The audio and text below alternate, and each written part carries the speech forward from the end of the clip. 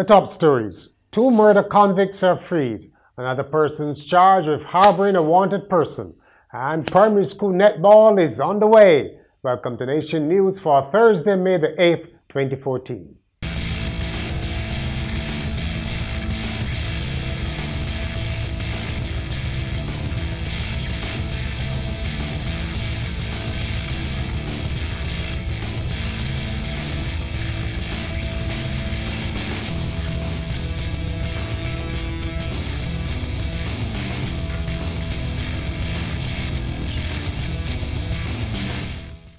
A man who murdered a policeman and another who killed a schoolgirl have been freed by the Court of Appeal after serving close to 25 years in prison.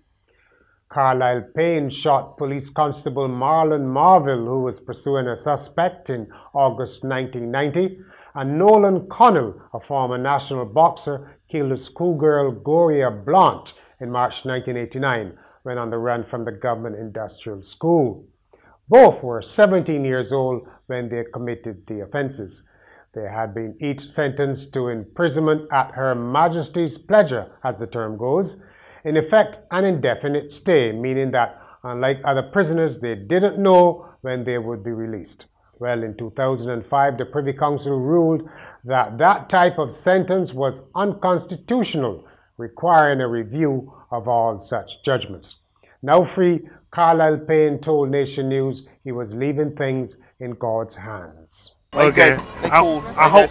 Glad to be alive and glad to make it out of prison. And from here now, it's basically everything in God's hands. How was it for you? Me prison? Yeah.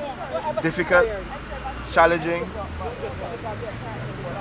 Basically those two main areas. Difficult and challenging, but I thank God for bringing me through. A second person has been charged with assisting an offender in the Charlie Doom Nelson Street murder. 21-year-old Gina Samantha Phillips of Diamond Corner, St. Peter, was arrested after police executed a search warrant at a house in Bathsheba, St. Joseph, where they found wanted man Ryan Samuel. Mr. Samuel is one of 5 men charged with the murder of Mr. Doom and has been remanded to Dawes. Terrell Tadia Mayers of Cleveland Hill, St. Joseph, was also charged with assisting an offender in the same case. Mr. Phillips is the 3rd person to be hit with this charge in the last 2 weeks. Last week, 28-year-old Leilani Johnson of Cane Gardens, St. Thomas, was charged with assisting wanted man Andrea Cave, who has since been arraigned in another murder case. There could be collateral damage if UWI suffers a major downside, and that much was implied by Principal Sir Hilary Beckles, who told a business breakfast that many agencies in Barbados depend on the $180 million spent annually by the university for their survival. Sir Hilary said UWI was a major player in the private sector. The operational budget of this institution is $180 million annually. That's what it takes to run this university. It operates on a budget of $180 million every year. That's what it takes to run this university. The government contributes $110 million of that budget. 110 million of the 180 million is contributed by the government, the governments of the region. The Barbados government is about 90%, the other governments of the region, the rest. Which means that every year, this campus, therefore, to function, has to find $70 million. That's what we have to find. We have to generate $70 million of revenue to run the K4 campus. Now, that would tell you, therefore, that we are in multiple markets generating revenue. But as we are generating revenue, we are also generating revenue for other institutions, because there are hundreds of institutions in Barbados that are dependent on the K4 campus to survive.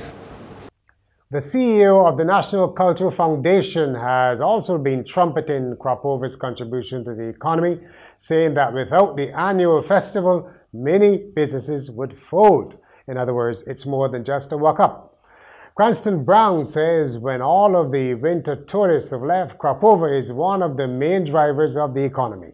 Without the Crop Over Festival, I am sure that there are a number of businesses that will probably go under if we did not have this 2 to 3 month economic stimulus. That is what Crop Over provides in the middle of the year, when there is no tourists, when there's no crop, when there's no Christmas. Crop Over in the middle of the year provides that stimulus necessary to keep Barbados and the economy of Barbados alive. Mr. Brown was speaking at the launch of this year's Loan Cavalcade, which will be held on May 30th at Queen's Park. A distraction is how Owen Arthur has described the central bank governor's dismissive views of VAT. Mr. Arthur, the former Prime Minister and the architect of the value-added tax, said the country should be more focused on stabilizing the economy at this time. On Wednesday, Bank Governor Delal Weil said the tax was too complex and was inappropriate for Barbados and should be replaced by a simple sales tax. There is a new parenting group in town. It's called My Child and I, and chairperson Francine Charles said it would help parents facing hurdles in their efforts to raise healthy, positive, and progressive children. The charity focuses on the welfare of children and the family by the improvement of knowledge, especially as it relates to parenting and child development. The promotion and publication of research with a view to increasing the stock of knowledge in areas that affect children and that will improve their parenting. The promotion of our children's well-being, which includes but is not limited to the prevention of child abuse, and the overall social development of the well-being of our Caribbean families, the foundation and the bedrock of any society. Ms. Charles said parents could no longer simply hope for the best when it came to raising their children. President of the Caribbean Court of Justice, Dennis Byron, says slavery shows that sometimes what is not always what is right. Dennis was delivering the 8th Memorial Sarah Ann Gill Lecture on the topic Spirituality and Justice on Wednesday night at the Frank Cullimer Hall. The existence of a moral consciousness and the taking of personal responsibility are powerful motivating factors to correct the wrongs of society, even when the institutions set up to uphold justice fail to do so. So Dennis said national hero Sarah Ann Gill showed what could happen when spirituality and justice converged. In sport, hundreds of girls donned their colorful gear and joined the parade for the National Sports Council's primary school netball competition at the Wilde Gym.